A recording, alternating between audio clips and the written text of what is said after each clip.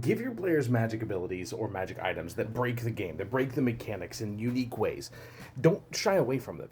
Then give them a challenge that requires them break that mechanic in order to win.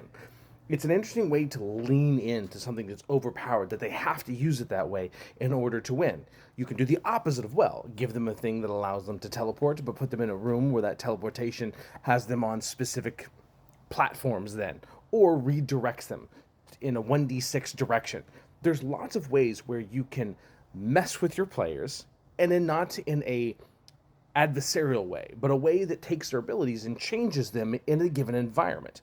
And so something that the players have relied on and have been doing, it gives them a new challenge. I'm not saying remove their ability to do that, but simply change how that ability or that magic item functions within that environment. In a world filled with magic, magic can be changed based upon the environment. When the environment becomes something that functionally starts affecting the players, they start paying attention to those things.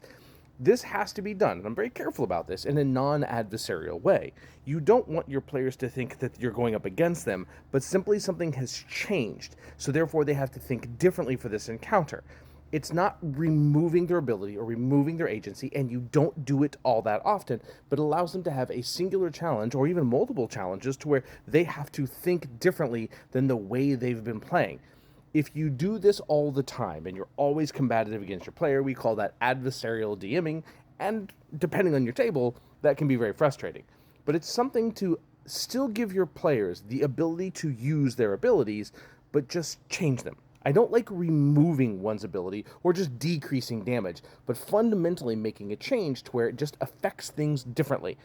In fact, you can make a healing spell or a damaging spell turning into a healing spell, and so for that combat, they have to damage their party members in order to heal them. It doesn't have to be a negative change. It can be a fundamental difference. Maybe they're on the plane of fire, and now fire magic heals and healing magic damages.